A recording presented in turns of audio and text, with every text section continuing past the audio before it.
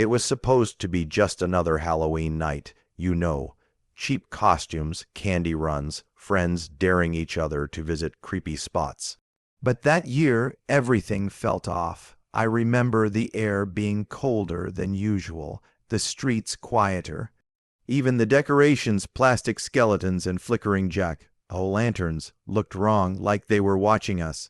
Me, my sister Kara, and my two friends. Jake and Olivia decided we'd check out this old farmhouse on the edge of town. People called it the Harper House, said it had been empty for decades after the family disappeared one Halloween night in 1983. Jake laughed it off. "It's all fake, bro. It's just a story to scare kids."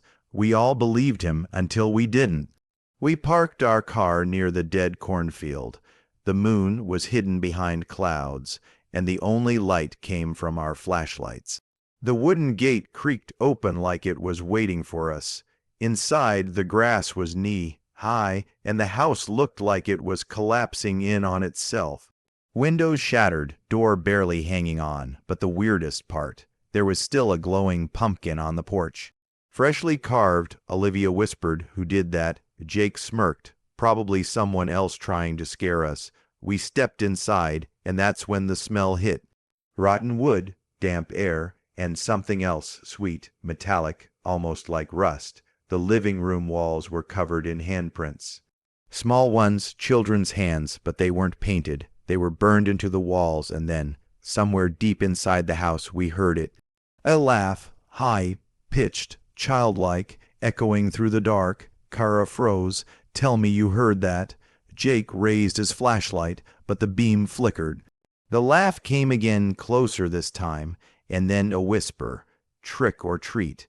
The sound of that door slamming echoed through the entire house like someone had pushed it with all their strength. Jake spun around. Who the hell did that? But the door was gone, I swear. It was there when we walked in, but now it was just a wall. The old wooden frame had completely sealed shut. Kara's voice cracked. "It's not funny anymore. Open the door." Jake ran to the wall, pounding on it, but it didn't even sound like wood anymore. It was solid, like concrete. That's when Olivia's flashlight caught something above the fireplace. Photos, old black and white family portraits, maybe from the 1950s. There were 5 people, a father, a mother, and 3 kids, but their faces, someone had scratched them out. Not with a knife with fingernails. You could still see the grooves in the glass. I felt a chill crawl up my neck. Let's just find another way out. We moved deeper into the hallway. The wallpaper was peeling off, and underneath it were drawings. Children's drawings, crude stick figures, some playing, some trick-or-treating, but every picture ended the same way, with one figure lying on the ground, surrounded by red crayon. Olivia whispered, These were made by kids." Jake tried to laugh it off, but his voice trembled. Probably just some squatters trying to mess with people.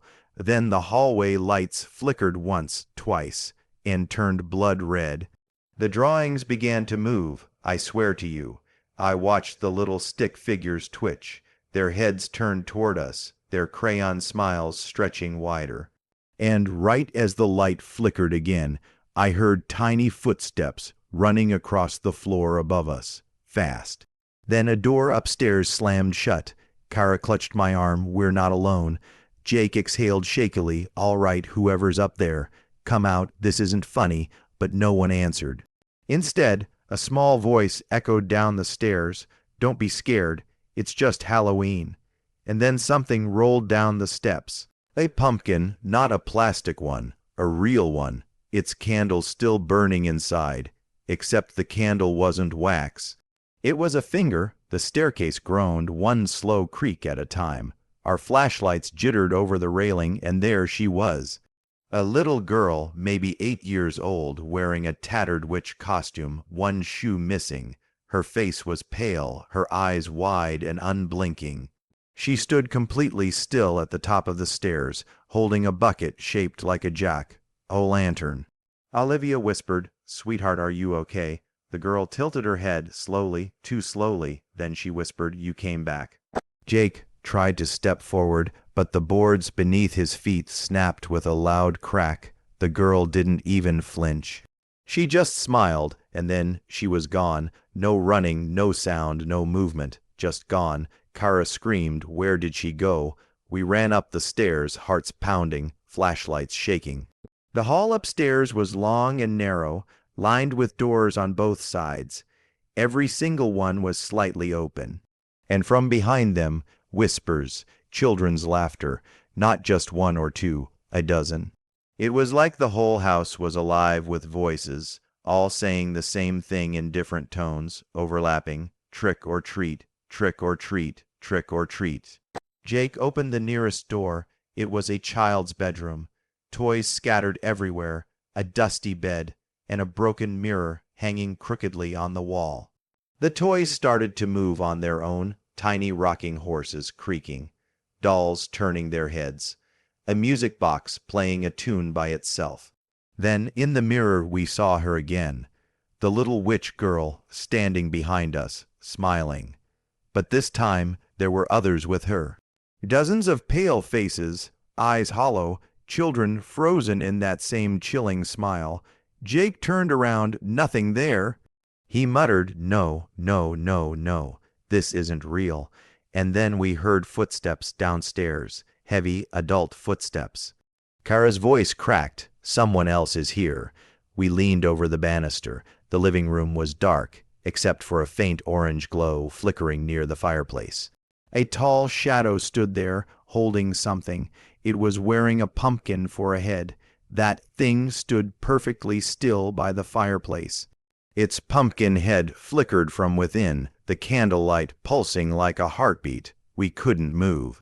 No one breathed. Then the voice came, deep, raspy, but somehow hollow, like it was echoing through a mask. "Every year someone must return." Jake gripped the railing.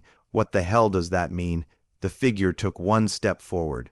The candlelight inside its head flared brighter, revealing something we hadn't noticed before. The pumpkin was carved into a twisted grin, and the inside wasn't hollow. It was filled with teeth. I felt my stomach drop. "That's not a mask," Kara screamed, and suddenly all the doors upstairs slammed shut at once. Bang, bang, bang, the floor shook, the lights blew out. We were left in complete darkness except for that single orange glow below. Then from the shadows around us, dozens of small shapes emerged, the ghost children, silent now, circling us. Olivia sobbed, "What do you want from us?" One of the children looked up, their mouth sewn shut with black thread. Another held up a torn piece of paper, a newspaper clipping. It was dated October 31st, 1983. The headline read, "Local family found dead in mysterious Halloween fire, children missing." The photo beneath it showed the same family portraits we'd seen earlier, the Harpers, and the father had the same grin as the pumpkin-headed figure downstairs. Kara whispered, "He's the father." We heard movement again, slow, deliberate steps on the stairs. The pumpkin head was coming up. Each step made the candlelight glow brighter, and with it came the smell of smoke, burnt wood, and something else, burnt flesh. Jake shouted, "Go, find another way out." We bolted down the hall, pushing through one of the jammed doors. Inside was an old bathroom, mirror cracked, tiles blackened. But the reflection wasn't ours. It showed 4 people standing exactly where we were, except their skin was gray, their eyes white. And in the reflection, the pumpkin man was standing behind us. The mirror fogged over from nowhere, like something was breathing on the other side. Olivia screamed, get it open now." Jake slammed his shoulder into the bathroom door until it burst off the hinges. We stumbled back into the hallway, coughing as smoke poured down from the ceiling. Somewhere below, flames crackled. The house was burning. Kara covered her mouth. "We have to get out before—" She stopped mid-sentence. The children, they were standing at the end of the hall, all in a row, silent, watching, each holding their little pumpkin buckets. The glow from the fire made their faces flicker between innocent and monstrous. Then one of them stepped forward.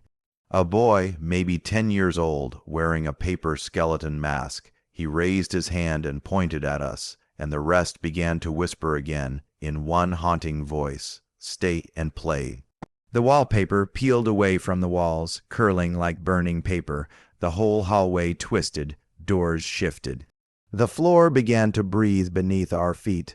We ran, tripping, pushing, shouting each other's names through the smoke.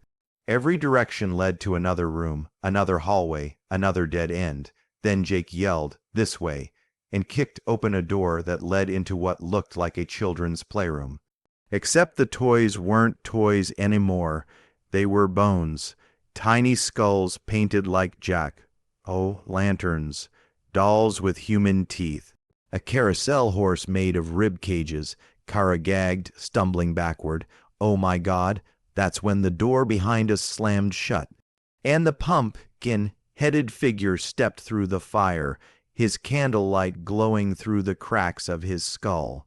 He was holding something, a charred family portrait. "Every Halloween," he growled, "new guests join the harvest." The children began chanting louder, circling us. "Join the harvest, join the harvest." Jake grabbed a chair and threw it at the window, but when it shattered, there was no outside. Just blackness, like the world had vanished. Olivia screamed as one of the children grabbed her wrist, its skin cold, papery. She yanked free, but its nails tore into her arm. I shouted, "Back, stay back," and swung the flashlight. It went right through them. The light passed clean through their bodies like they were smoke, and yet I could feel their hands clutching me. The pumpkin-headed man raised his hand, and all the children went silent. Then, in a deep, guttural whisper, he said, "Time to carve the next one." Olivia's scream cut through the smoke like a knife. We couldn't see her, just flashes of orange light, shadows flickering across the walls. Then we saw it, the pumpkin-headed thing crouched over her. Its hands were blackened bone, and it was carving something into her arm with one of its jagged nails. Jake charged at it, yelling, "Get off her," but it backhanded him like a rag doll. He slammed into the wall so hard the plaster cracked. Kara pulled Olivia away, blood running down her arm, her eyes glassy with shock. I turned toward the thing and shouted, "What do you want from us?" It tilted its head, that carved grin burning brighter, and in a voice that sounded like fire itself, it said, "You came to play, you stay." Then the entire floor gave way beneath us. We fell through into darkness, landing hard in what felt like a cellar. My flashlight spun across the dirt floor, landing on bones. Hundreds of them, tiny skulls, ribs, rusted Halloween buckets, and in the center, a circle of melted candles around a rotting sign that read, "The Harper Harvest Festival, October 31, 1983. That's when I realized it. The kids we'd seen were the Harper children, the father the pumpkin-headed thing. They'd all burned alive here 40 years ago, and every Halloween they recreate that night using whoever steps into their house. Jake coughed, barely conscious. We have to go. But the doorway was gone. The whole basement was closing in, the walls breathing, pulsing with firelight. Kara screamed as a skeletal hand burst through the dirt and grabbed her ankle.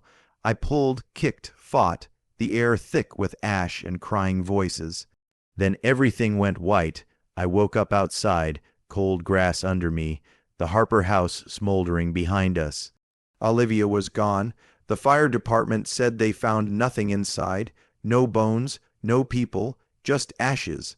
Weeks later, I found Jake sitting in his car at 3 a.m., staring at something in his hands. It was Olivia's jack-o'-lantern bucket. Inside was a photo, the Harper family smiling. Except this time, there were 4 new faces in the background. Ours. I don't go out on Halloween anymore. I don't hand out candy. And if you ever see a glowing pumpkin on a porch where no one lives, keep walking. Because some houses don't want visitors, they want replacements.